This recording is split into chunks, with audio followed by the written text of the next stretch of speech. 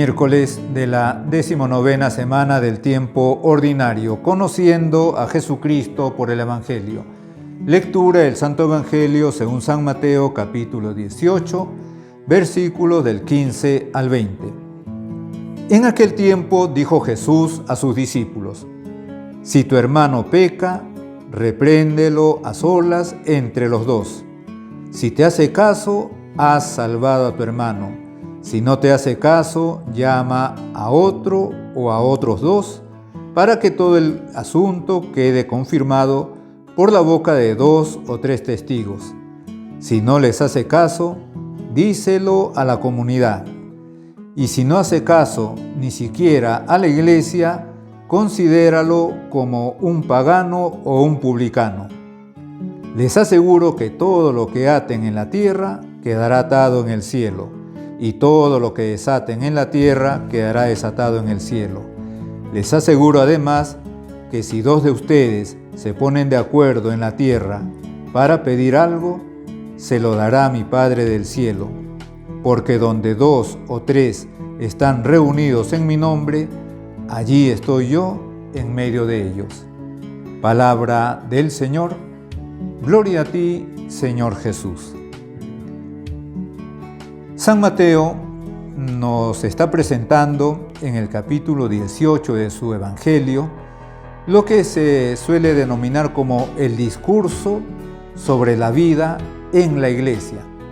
Y es que San Mateo tiene esa característica de haber presentado a lo largo de todo ese Evangelio 5 grandes discursos de nuestro Señor Jesucristo. El primer discurso fue el Sermón de la Montaña. En los capítulos 5, 6 y 7, San Mateo nos presenta todo ese discurso de nuestro Señor, que entre otras cosas trae, por ejemplo, las bienaventuranzas o el Padre Nuestro también.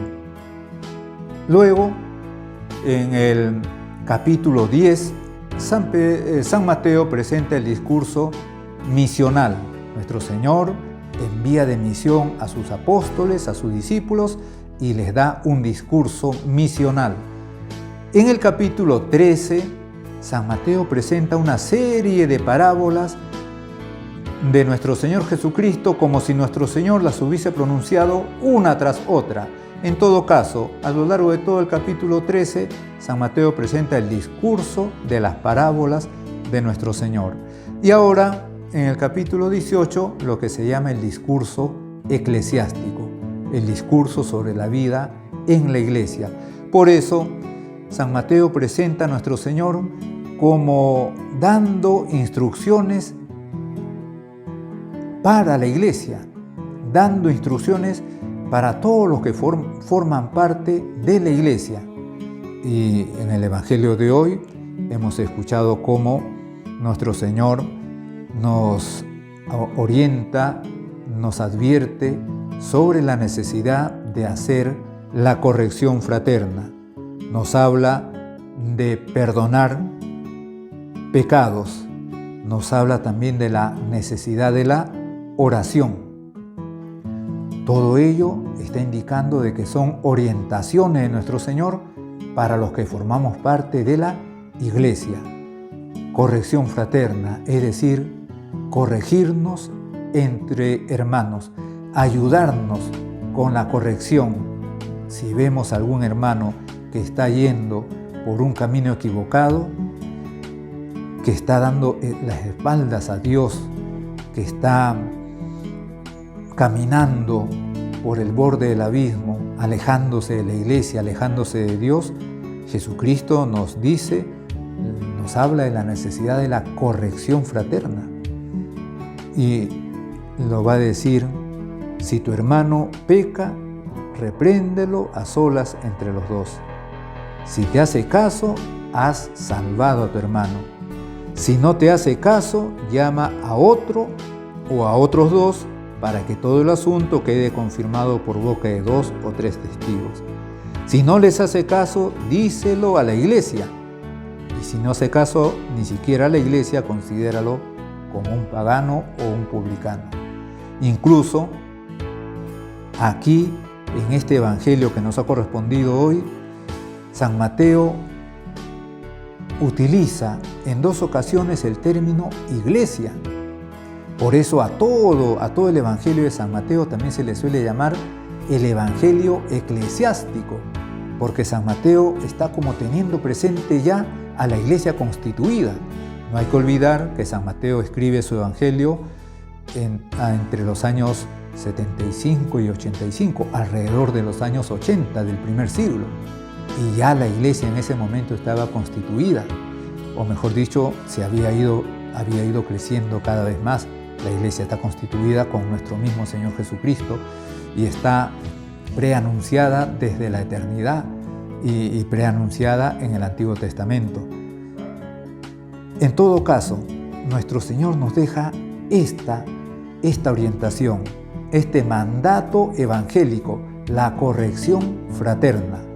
Ayudamos a los demás con la corrección fraterna. También evitamos las críticas y murmuraciones, porque si no corregimos a los demás, de alguna manera aquel defecto que vemos en ellos, de alguna manera va a salir, y casi siempre va a salir como crítica o como murmuración. Por lo tanto, hacer la corrección fraterna es ayudar a los demás, es evitar las críticas y murmuraciones, y es también oportunidad para rezar por los demás. Vemos un defecto, vemos un vicio, le ayudamos, le corregimos y además rezamos por esa persona. Este Evangelio, también hemos dicho al principio, que pone a nuestra consideración ese llamado de Jesucristo a perdonar, o mejor dicho, esa facultad que da nuestro Señor a los apóstoles y por lo tanto a sus sucesores y a sus colaboradores de perdonar. Está haciendo referencia al sacramento de la confesión. Está haciendo referencia al sacramento de la confesión. Les aseguro que todo lo que aten en la tierra quedará atado en el cielo, y todo lo que desaten en la tierra quedará desatado en el cielo. Es el poder de perdonar que Jesucristo da a la iglesia. Y después habla de la oración, donde 2 o 3 estén reunidos en mi nombre, allí estoy yo en medio de ellos. Donde 2 se ponen de acuerdo en la tierra para pedir algo, mi Padre del cielo se lo concederá. Jesucristo está hablando de la necesidad de la oración, en este caso de la oración, podríamos decir, comunitaria, de la oración que especialmente en familia podemos hacer 2 o 3, donde 2 o 3 están reunidos en mi nombre, allí estoy yo en medio de ellos. ¿Cuánta realidad tiene esta orientación de nuestro Señor Jesucristo, este mandato, cuando vemos a tantos grupos que se han activado ahora, especialmente en este tiempo de pandemia, y se promueven diferentes formas de oración en conjunto, especialmente a través del rezo del Santo Rosario, o también la coronilla, o otras devociones, el Ángelus al mediodía, o a las 6 de la mañana, o a las 6 de la tarde, en todo caso, reunidos en el nombre del Señor. Y si están 2 o 3, como dice nuestro Señor, ahí está Él en medio de ellos. Necesidad de la oración. Y luego, como lo acabamos de decir, donde están 2 o 3 reunidos en mi nombre, allí estoy yo en medio de ellos. Esta expresión,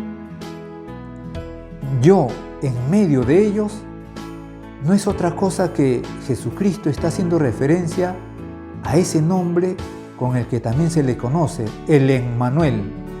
Emmanuel, una palabra que tiene procedencia hebrea y que significa Dios entre nosotros. Emmanuel, el final, él, en hebreo es Dios. en Manú, entre, Dios entre nosotros. Cuando Jesucristo dice, donde 2 o 3 están reunidos en mi nombre, allí estoy yo en medio de ellos, está diciendo, yo soy el Emmanuel, yo estoy en medio de ustedes. Esta también es otra característica de San Mateo. San Mateo, en varias ocasiones a lo largo de su evangelio, califica así a nuestro Señor, el Emmanuel, Dios entre nosotros. Que no olvidemos nunca estas orientaciones de nuestro Señor: ayudarnos con la corrección fraterna, recordar que la Iglesia ha recibido el poder de perdonar pecados, especialmente a través del sacramento de la confesión. Recordar que Jesucristo nos llama a la oración, y a la oración comunitaria, a la oración en familia, a la oración entre amigos, por ejemplo. Y recordar que Él siempre está en medio de nosotros. Él mismo lo ha dicho, Él lo ha asegurado, y por eso nos da también una gran confianza. ¿Cuántas veces le escuchamos decir, no tengan miedo, soy yo? Efectivamente, Jesucristo siempre está con nosotros y siempre nos dice, no tengan miedo, yo estoy en medio de ustedes, soy yo. Con la Virgen Santísima invocamos siempre su bendición. En el nombre del Padre, y del Hijo, y del Espíritu Santo. Amén.